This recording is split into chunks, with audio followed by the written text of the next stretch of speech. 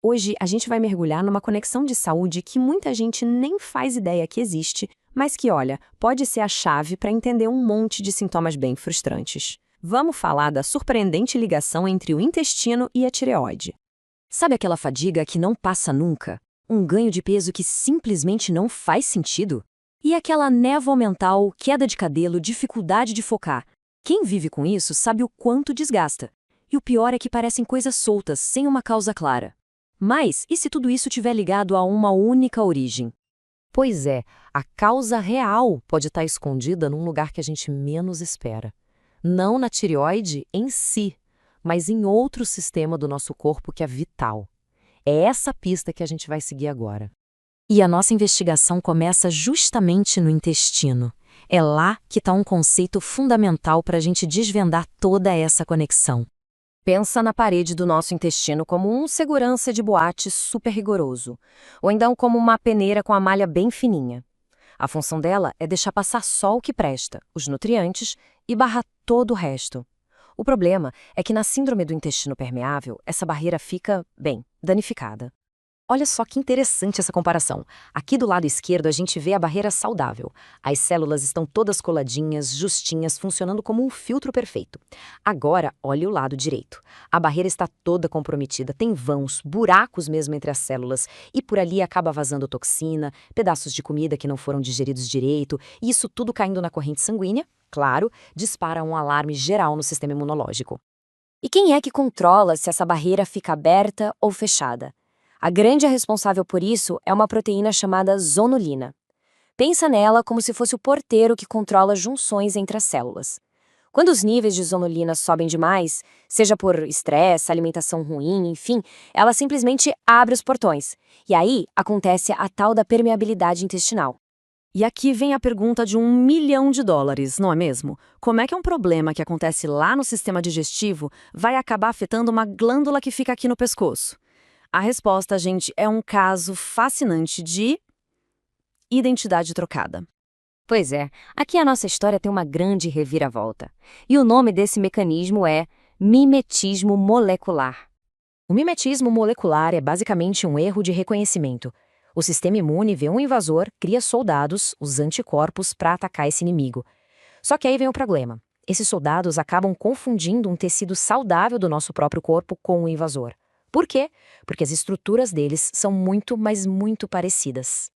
Vamos detalhar isso passo a passo para ficar bem claro. Primeiro, os invasores escapam pela barreira furada do intestino. Um exemplo clássico disso é a proteína do glúten.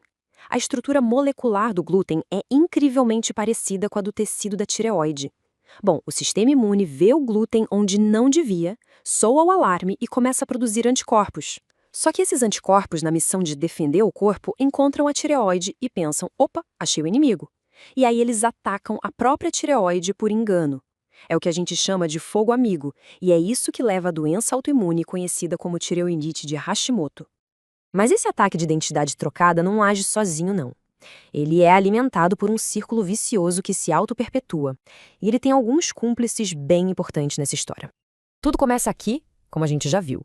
A brecha na barreira do intestino. É por essa porta aberta que os problemas começam a vazar para o resto do corpo. Esse vazamento constante de coisas que não deveriam estar ali, na corrente sanguínea, gera uma resposta imune, que não fica só no intestino. Ela se espalha e acaba criando um estado de inflamação crônica, de baixo grau, por todo o corpo. E essa inflamação no corpo todo, por sua vez, vai lá e agrava o ataque autoimune à tireoide, na tireoidite de Hashimoto. E o ponto mais importante aqui é que isso também piora a permeabilidade do intestino, ou seja, alimenta o ciclo sem parar. E os dois principais cúmplices nesse ciclo vicioso são a inflamação crônica, que fica espalhando essas moléculas inflamatórias, as citocinas, pelo corpo todo, e a disbiose. Disbiose nada mais é do que o desequilíbrio das bactérias do nosso intestino. É quando as bactérias ruins ganham das boas, o que deixa a barreira intestinal ainda mais fraca. Ok, agora que a gente já entendeu o mecanismo, vamos ver como essas pistas aparecem no nosso corpo. Talvez alguns desses sinais soem bem familiares para muita gente. O mais legal deste quadro é justamente como ele conecta os pontos.